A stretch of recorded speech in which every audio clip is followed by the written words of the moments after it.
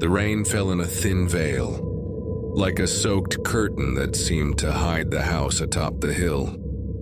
Clara watched the dark silhouette of the building through the fogged windshield. This was her grandmother's inheritance. An old creaking wooden house, isolated, and with a reputation that even the quietest neighbors preferred not to mention. She entered carrying a suitcase and a heart torn between grief and guilt. She hadn't spoken to her grandmother in years. Not since their last argument about things one doesn't understand. The house smelled of mold and faded lavender. The walls were covered in worn tapestries, and there were too many mirrors, all of them cracked. The will said only, "You need to return. He will come. Don't be alone when it happens. Trust what hides, not what reveals itself." Signed, Grandma Lena. That first night, Clara heard footsteps in the attic. She was alone, or so she thought. The bathroom door slammed, even though it had been locked. The mirror, fogged from her shower, revealed a word written as if by invisible fingers. "Mine." Clara froze, staring at the glass. The air felt colder. She blamed exhaustion, grief, stress. But the feeling didn't pass. Someone or something was watching her. She could feel it in her bones. The next morning, she found footprints in the hallway. Cat footprints. "Great, a cat," she muttered. She followed them to the attic. It was dark. She hesitated, but curiosity won. She climbed up. In the corner, lying on a dusty blanket, was a black cat with deep green eyes like ancient wells. It stared at her with an expression that wasn't quite feline. There was intelligence there. "Where did you come from?" she whispered. The cat slowly approached. It touched her leg with its head. She shivered. In the days that followed, everything got worse. Clara began hearing whispers behind the walls. Doors slammed on their own. The living room clock always stopped at 3:33. One night, she saw a figure in the mirror standing behind her, with glowing red eyes. But when she turned around, nothing was there. And the cat, always there, always watching. She began to suspect him. When she woke up with scratches on her arm, she grew wary. When she dreamed of a body burning alive in the attic and the cat howling, she nearly kicked him out of the house. But he wouldn't leave. He never left her side, especially at night. Until one night, Clara went to sleep and woke up with something sitting on her chest. It wasn't the cat. It was something large, heavy, invisible, but with claws pressing into her heart. She tried to scream, but no sound came out, her eyes wide open, watching as a shadow formed on the ceiling. A horned black mass, with eyes like burning coals. The pressure grew. Clara gasped, feeling she would die right there, crushed by something that only existed in the cracks between worlds. Then the cat jumped onto the bed. A sharp meow tore through the air like a blade. The shadow hesitated, pulled back. The cat stepped forward, and the shadow fled through the cracks of the window. Like black smoke sucked into a vortex, Clara wept. Not out of fear, but relief. The cat licked her hand, curled on her chest, and purred. That night, she understood. He wasn't the one bringing the evil.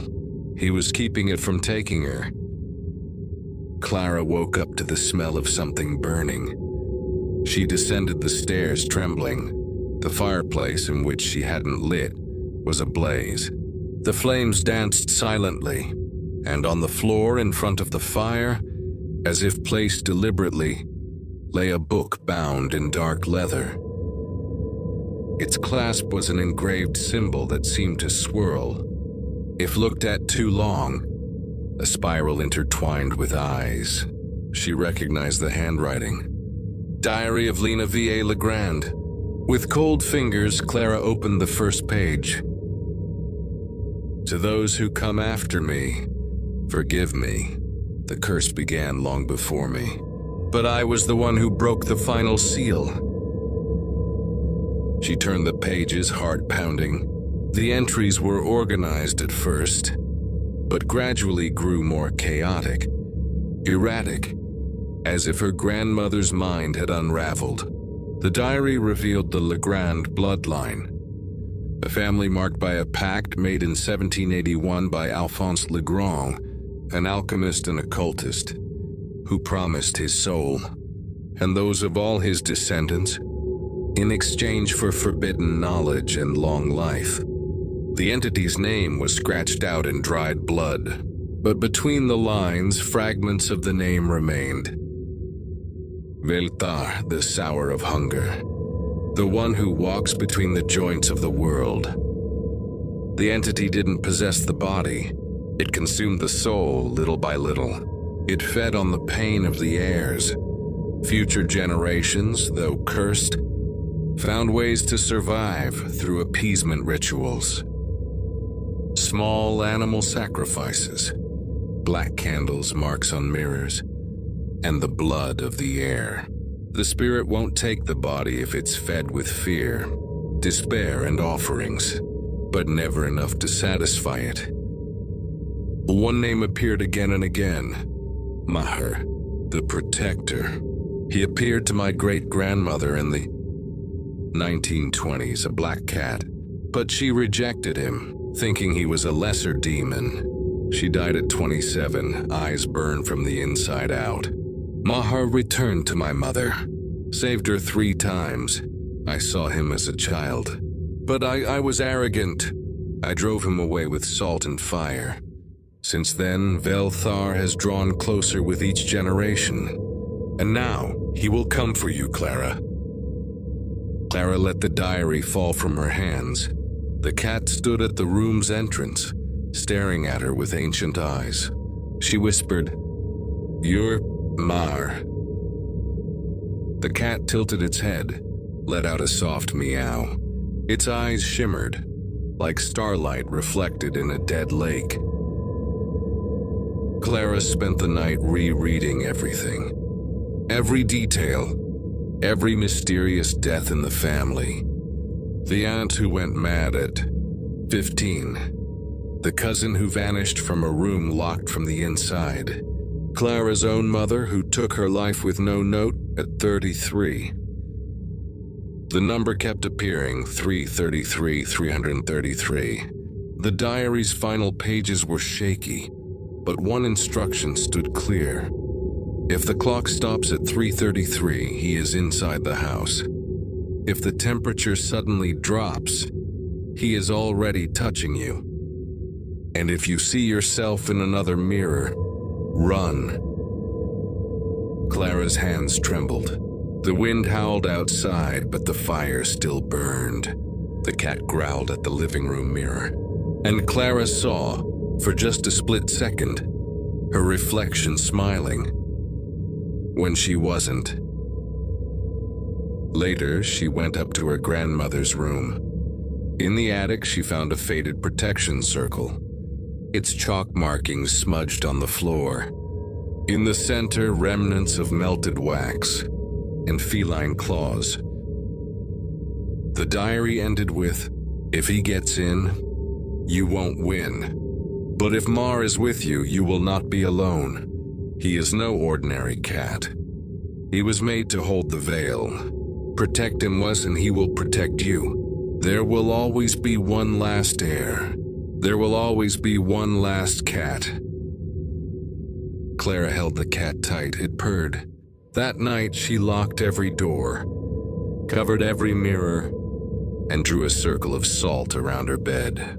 The clock stopped at 3:33, and something began knocking from inside the walls. Clara didn't sleep the following night.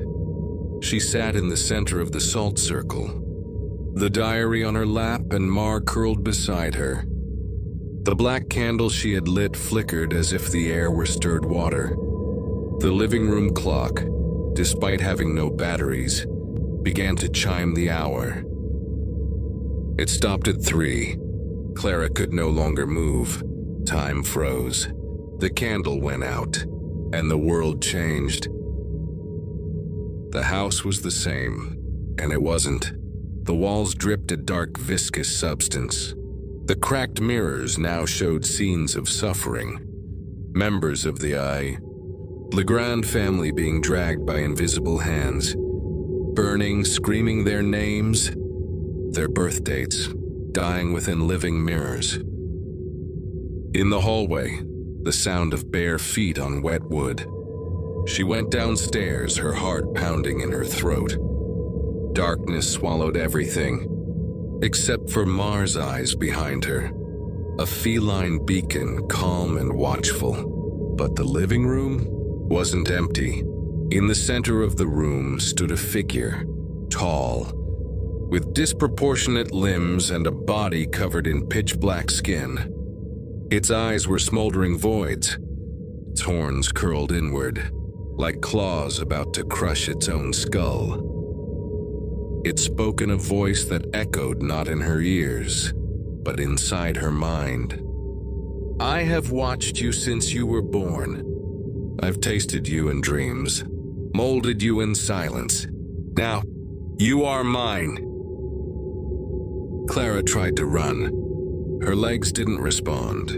The demon raised its hand, and the mirror on the wall lit up, revealing Clara's mother. She was smiling, but her eyes were bleeding. Come with me, daughter. It's all right now, the image said, voice sweet as honey on a razor blade. Clara took a step forward, entranced. Mar growled, a harsh sound, not from any ordinary animal. The floor shook. The demon turned to look at him and took a half step back. You still dare, beast? You are no longer strong. She is mine. Mar placed himself between them. His fur bristled and his body grew. His eyes burned with lunar fire. A mark appeared on his forehead, the same symbol from the diary's cover. The demon snapped its fingers. The floor cracked open. Clara fell. She plummeted through a bottomless pit, filled with warped laughter, whispers in forgotten tongues, and visions of her family being torn apart by shadows with teeth. At the bottom was herself, a child alone in a dark room. No one ever loved you. You were always alone. Not even your mother wanted you. Only I have ever been here. Veltar took the shape of her dead father, her grandmother, her own reflection, all repeating the same words. Surrender. Surrender your soul, let go. She knelt, exhausted, broken, ready to say yes. But then, something purred beside her. A small ball of black fur emerged from the darkness, tiny, fragile. Mar, now in his simplest form, licked her hand and whispered inside her mind, "You were never alone. You just didn't want to see me." Clara screamed. The world shook, and Mar burst into light, back in the living room. Clara rose from the ground surrounded by circles of blue fire, Mar in her arms. The demon recoiled, shrieking in impossible tongues. Cursed feline of the veil. The floor split beneath Velthar. From the blue flames emerged claws, chains, and the voices of ancestors. The demon was pulled down as he cursed Clara with 1,000 inhuman words. The house trembled. All the mirrors shattered at once. And suddenly, silence. The fireplace extinguished. The floor covered in glass and ash. The diary reduced to a single untouched page. If Mar chose you, it means something pure still remains in you. Protect him. He is more than a guardian. He is what's left of us. Clara hugged the cat. He licked her face, and despite everything, purred like an ordinary kitten. But his eyes still glowed like those of a forgotten god. The sun rose, but it didn't bring warmth. After the night, the floor split open, the mirrors shattered, and reality was nearly torn apart by invisible claws. Clara spent hours sitting on the old house's floor, surrounded by ash, silence, and the deep purring of Mar. Nothing truly felt normal again, but the worst had passed. She told no one. The official story would be an emotional breakdown, the loss of her grandmother, accumulated stress, isolation. The house was sold for a pittance to a developer who asked no questions.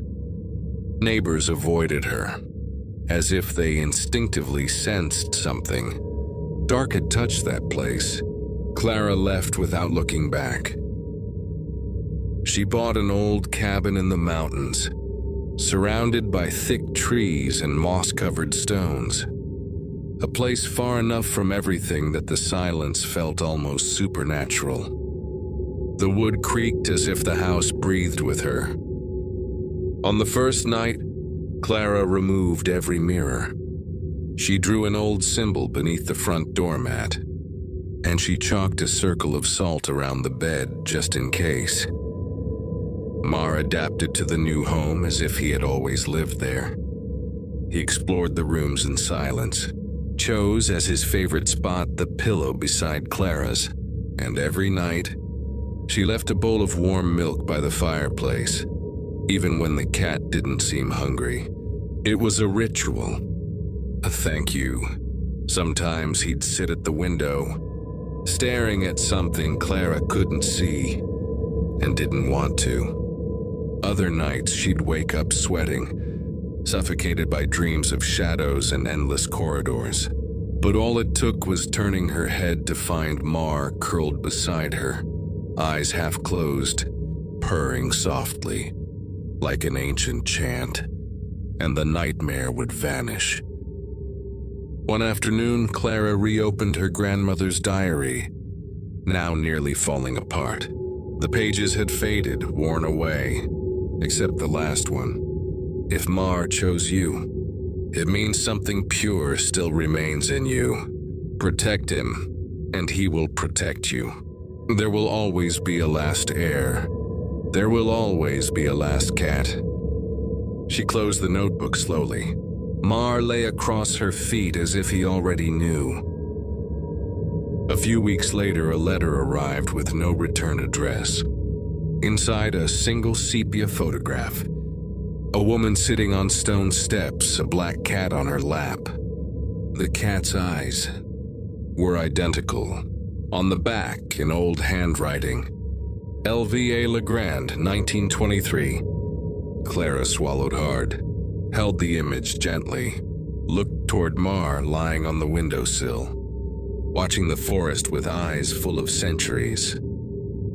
He turned his head, blinked slowly, and for a brief moment, she swore he smiled. That night, as the wind whistled through the trees and the stopped clock read 3:33, Clara sat in her armchair, the cat on her lap, the candle lit, the milk already served. She no longer needed answers. She only needed him there. And Mar would never leave again, or perhaps in a pause, because evil always finds another way. But now it would not pass through her, not ever again.